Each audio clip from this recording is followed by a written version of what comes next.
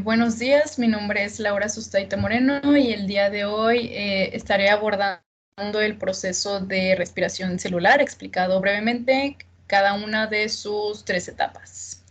Y bueno, comenzando con lo que es la respiración celular, tenemos que este es un proceso por el cual las células obtienen energía en forma de adenosín trifosfato o también llamado ATP. Y bueno, aquí es importante destacar que todo este proceso ocurre gracias a la glicólisis y las moléculas de piruvato resultantes de esta vía metabólica. Entonces, tenemos dos tipos de respiración celular, la respiración aeróbica, la cual se da con oxígeno, y la respiración anaeróbica, o también llamada fermentación, la cual no necesita de oxígeno. En este caso, este tipo de respiración da como resultado final el lactato o el etanol, dependiendo de si ocurre en animales y su tejido muscular o en levaduras, respectivamente.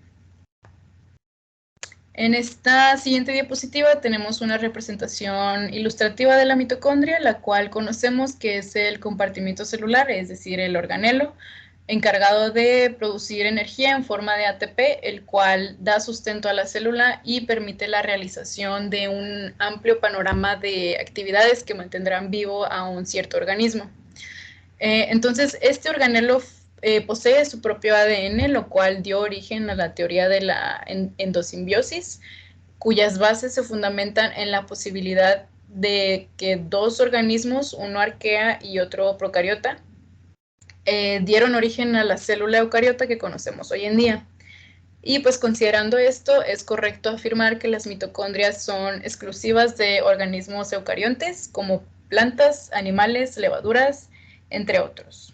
Y pues hablando de las partes más importantes que constituyen a la mitocondria, tenemos que estas son la matriz y las crestas. En la parte de la matriz mitocondrial ocurre el ciclo de Krebs, el cual lo veremos más adelante de manera breve, constituyendo esta la segunda etapa de la respiración celular, mientras que la tercera etapa, es decir, el proceso de transporte de electrones, se lleva a cabo a lo largo de la cresta. Entonces, dentro de la mitocondria es donde ocurre la mayor parte del proceso de la respiración celular, aunque el primer paso ocurre fuera de este, el cual es la glicólisis. Entonces, ahora sí, comenzando brevemente con la primera etapa, tenemos la glucólisis o glicólisis, siendo este un proceso catabólico que ocurre en el citoplasma mediante el cual se obtiene ATP y NADH. Aunado a esto, el resultado final de esta ruta metabólica son dos moléculas de piruvato que serán aprovechadas posteriormente. En el caso de la fermentación, este ciclo tiene un paso suplementario con la enzima lactato deshidrogenasa que convierte el piruvato en ácido láctico. Y bueno, aquí los puntos clave dentro de la glicólisis son la fosforilación de la glucosa a glucosa 6-fosfato y la fosforilación de la fructosa 6-fosfato a fructosa 1,6-bifosfato, puesto que estos son los puntos en los que se realiza la inversión de 2 ATP. Luego de esto, con la enzima gliceraldehído 3-fosfato deshidrogenasa, se reducen dos moléculas de NAD cargado positivamente a NADH. Y pues el producto de esta reacción consiste en dos moléculas de 1,3-bifosfoglicerato, las cuales junto con la enzima fosfoglicerato-sinasa fosforilan 2 ADP, produciendo así los primeros 2 ATP de la ruta y recuperando la inversión inicial que habíamos realizado durante la fosforilación de la glucosa 6-fosfato y la fructosa 6-fosfato. En pasos posteriores, dos moléculas de fosfonol-piruvato se convierten en piruvato por acción de la enzima piruvato-sinasa y producen los 2 ATP restantes del ciclo. En el siguiente paso de la respiración celular es la descarboxilación oxidativa del piruvato. Y bueno, en este proceso se elimina un grupo carboxilo del piruvato y se libera como dióxido de carbono. La molécula de 2 carbonos del primer paso se oxida y el NAD cargado positivamente acepta los electrones para transformarse en NADH. La molécula de 2 carbonos oxidada, un grupo acetilo, se une a la coenzima A para formar acetil-CoA. Entonces, ya teniendo la molécula de acetil-CoA en la mitocondria, esta pasa a formar parte de la segunda etapa de la respiración celular, el cual es el ciclo de Krebs. Y bueno, durante este ciclo, al que también se le conoce como ciclo del ácido cítrico, primeramente se combina la acetil-CoA con el oxalacetato con ayuda de la enzima citrato sintasa para posteriormente producir el citrato o ácido cítrico con el cual se da inicio al ciclo de Krebs. Brevemente mencionaré que este ácido cítrico pasa por una serie de reacciones que liberan energía, la cual es capturada en moléculas de NADH, ATP y FADH. Además de que también se produce dióxido de carbono, el cual es generado como un subproducto de estas reacciones. También cabe mencionar que pues, en el paso final del ciclo de Krebs se regenera el oxalacetato, la cual es la molécula con la que se pudo dar inicio a este ciclo, siendo necesaria para la siguiente vuelta del ciclo de Krebs. Y pues cabe mencionar que se necesitan de 2 vueltas debido a que la glucólisis produce 2 moléculas de ácido pirúvico o piruvato cuando se divide la molécula de la glucosa. Entonces, las moléculas de CO2 y los protones generados serán posteriormente transportados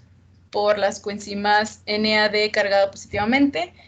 y FAD a la cadena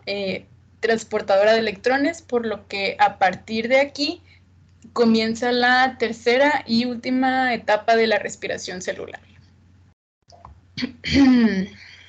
Entonces,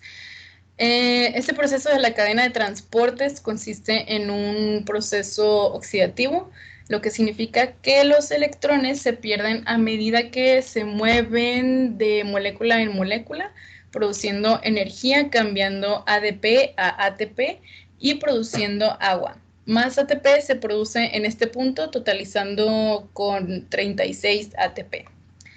Entonces tenemos que la clase 1 a 4 de compuestos químicos y proteínas unidas a la membrana forman la cadena de transporte de electrones, siendo que estas moléculas se encuentran presentes en grandes cantidades en la membrana mitocondrial interna de las eucariotas.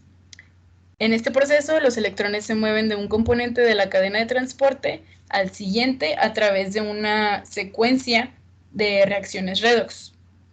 Y a través de un proceso conocido como quimiosmosis, la energía producida queda atrapada como un gradiente de protones y se utiliza para crear ATP, de manera que introducimos el concepto de la fosforilación oxidativa, la cual es el resultado de la cadena de transporte de electrones y la quimiosis trabajando juntas. Aquí, pues, los electrones atraviesan niveles de energía de más altos a niveles de energía más bajos, lo cual resulta en la producción de energía, misma que es utilizada por algunos complejos de proteínas para empujar a los protones fuera de la matriz mitocondrial hacia el espacio intermembrana. Entonces, los primeros procesos de respiración celular, incluida la glucólisis, la oxidación del piruvato y el ciclo de Krebs, producen moléculas NADH y FADH2, como se había estado mencionando anteriormente, siendo estos la fuente de todos los electrones que ingresan a la cadena de transporte. NADH puede transferir sus electrones directamente al complejo 1, que luego se transforma en NAD cargada positivamente, porque es excelente para donar electrones en procesos redox.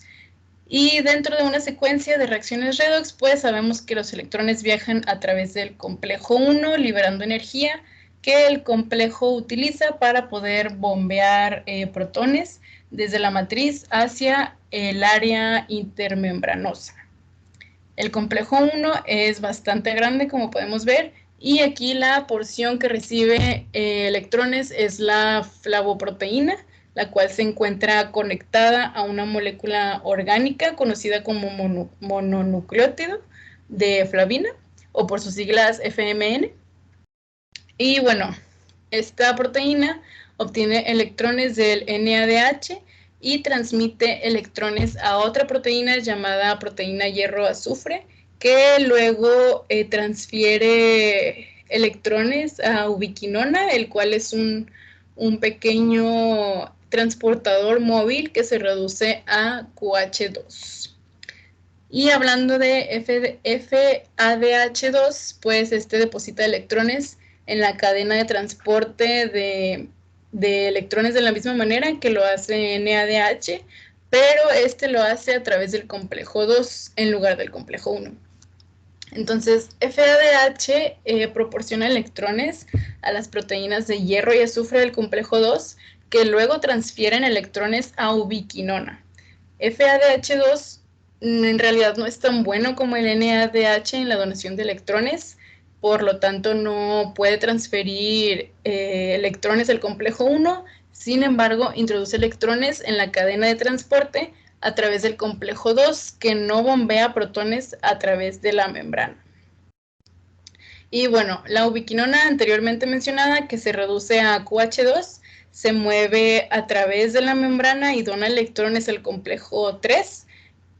Y bueno, el flujo de electrones a través del complejo 3 bombea protones adicionales a través de la membrana, y los electrones se transfieren posteriormente al citocromo C, el cual es otro transportador móvil que entregará electrones al complejo 4, que este bombea el lote final de iones hidrógeno a través de la membrana. Y bueno, finalmente el complejo 4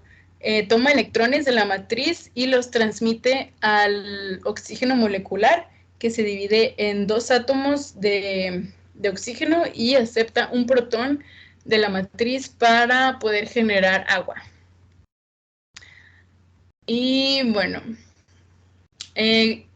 como conclusión, pues con el desarrollo de esta investigación podemos reforzar el hecho de que la respiración celular es un proceso de vital importancia por el cual se obtiene la energía que será necesaria para que las células puedan seguir trabajando y efectuar sus diversas funciones, además de que pues, podemos integrar la información abordada, siendo que este proceso trabaja en conjunto con distintas rutas metabólicas que son realizadas por la célula dentro de la mitocondria, siendo este pues el organelo cítrico por el cual se realizan la mayor parte de estas vías. Y bueno, sin nada más que decir, pues, gracias por su atención.